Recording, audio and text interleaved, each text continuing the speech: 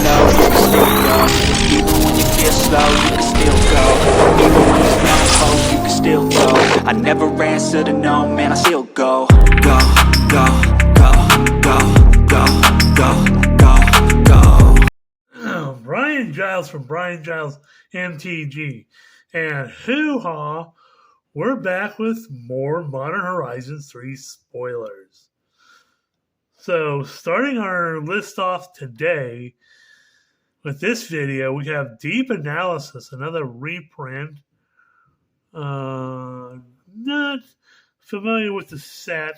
It's one of the sets when I was out of the game of Magic, but it's a blue and 3 for a sorcery that reads target player draws 2 cards. It has a flashback for blue and 1 and pay 3 life.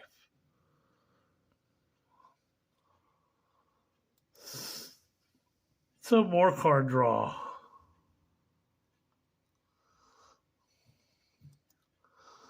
We have Wrath of the Skies, which is... This is a crazy, crazy energy card. So 2 white and X for sorcery that reads, you get X energy counters, then you may pay any amount of energy counters, destroy each artifact, creature, and enchantment with mana value less than or equal to the amount of energy paid this way.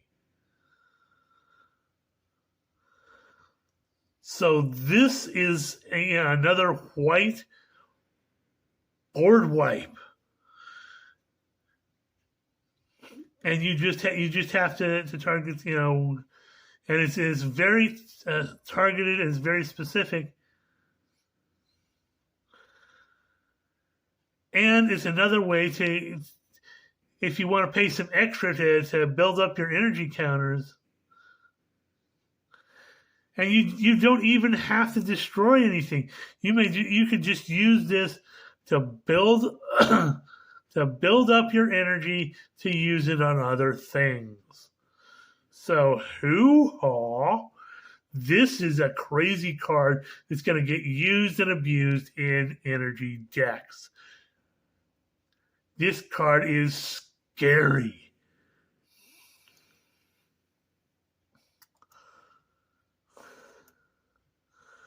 Ophiomancer, another reprint. I think it's from one of the Alara blocks. So it's a black and 2 for a 2/2 human shaman. Beginning of each upkeep, if you control no snakes, create a 1/1 black snake creature token with Death Touch. So it fits kind of well in your Death Touch decks and stuff. So hoo-ha. Snakes. Why does it always have to be snakes? Next up we have Argent Dais, which looks like a Phyrexian thing. You see the Phyrexian symbol. Kind of looks like, because that's all Phyrexian stuff here. Looks like Mommy Norn's Seat of Power or whatever. So it's a white and 1 for an artifact that reads, it enters the battlefield with 2 oil counters on it. Whenever 2 or more creatures attack, put an oil counter on Argent Dais. Pay 2, tap it, and remove 2 oil counters from Argent Dais, exile target, non-land permanent. Its controller draws 2 cards. So it's an artifact with some removal. Hoo-ha.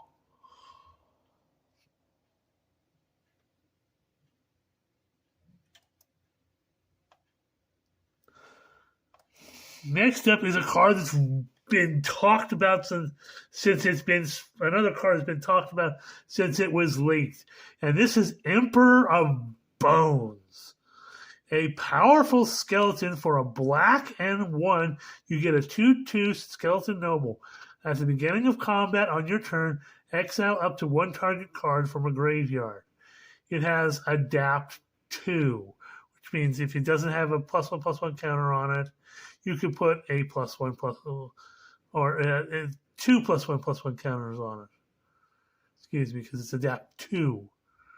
for a black and 1. And of course, you can, there are ways to move around your +1/+1 counters.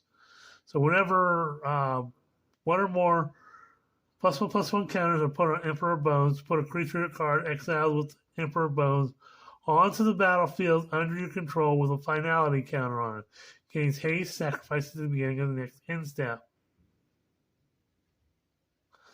And it's from a graveyard, so that's any graveyard. So you get to use your creatures and your opponent's creatures that are in graveyards, for use your opponent's creatures against them. This thing is definitely getting slotted in my skeleton deck. Yeah, I'm gonna have this dude is gonna be in my skeleton deck, and he's gonna wreck shop.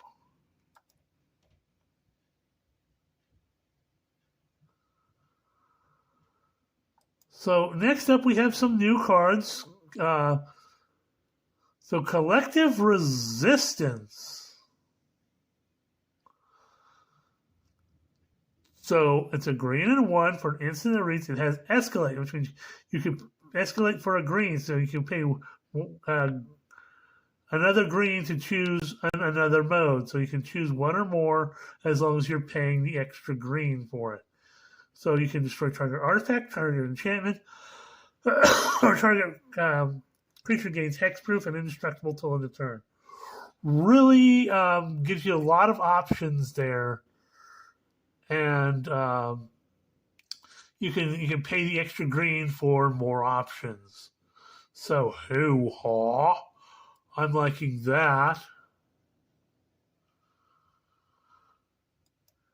Ooh, what do we got here? We got Necrobloom. Now this was in the leaks, but we're gonna see the whole thing.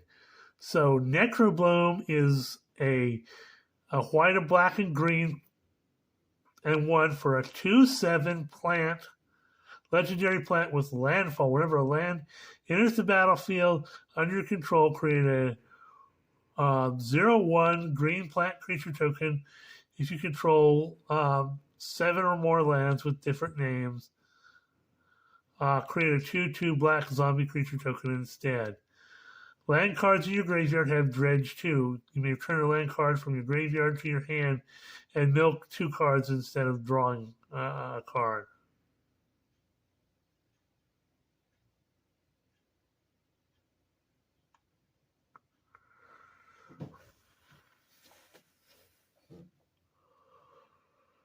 So this is definitely a thing for your recursion decks and stuff. So ho-ha. And if you're playing with a lot of non-basics, I mean, this definitely is a thing for a commander that's got graveyard recursion.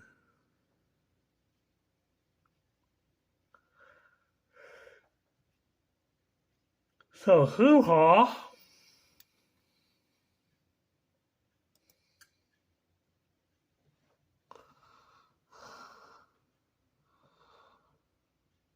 Next up, we have Unstable Amulet, another energy card.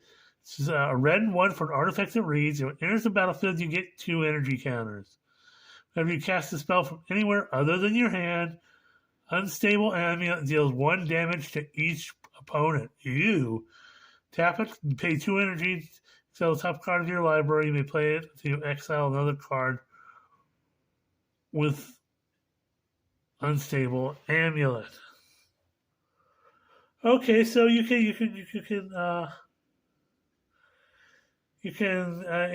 hold the card that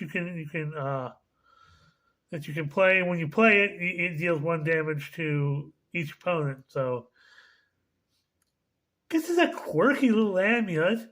It might see a little bit of play places. Your energy deck will certainly like it. Then we have some so some of the ring I don't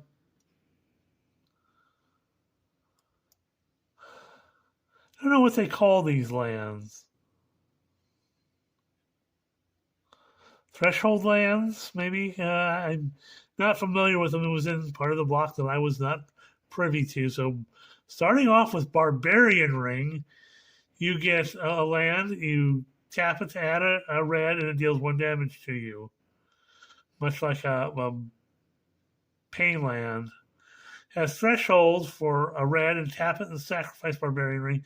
Deals 2 damage to any target, and you can only activate it if you have 7 or more cards in your graveyard.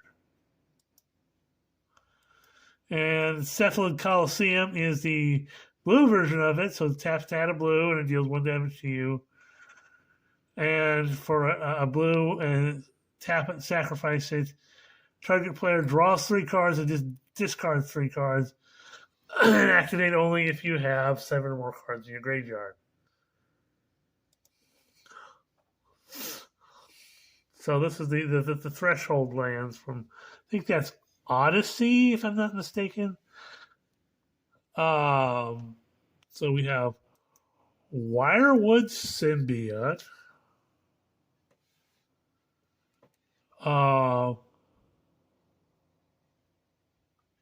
Green mana for 1/1 insect. Return elf you control to its owner's hand.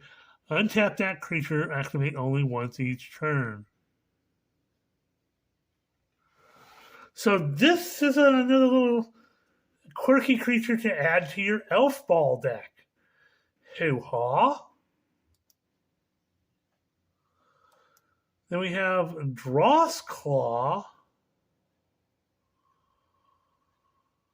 This is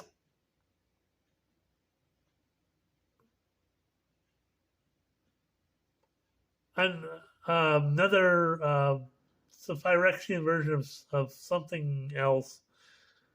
I can't think of what it is, but it's designed to be a Phyrexian version of it, and it's black and 1 for artifact equipment with living weapons. So if it enters the battlefield with a 0/0 black Phyrexian germ creature token, and you attach it to it, and it gets +1/+1. Whenever a creature attacks, each opponent loses 1 life, and equipped for 2.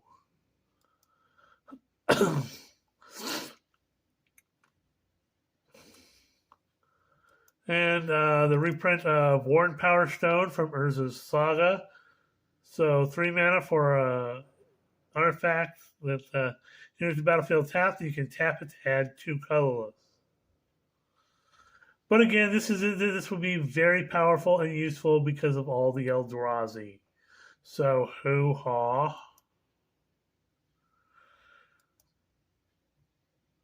Well, that's all for right now. We'll definitely have some more videos coming out later on today. So hoo-ha. Have a great day, and we'll see you on the next video.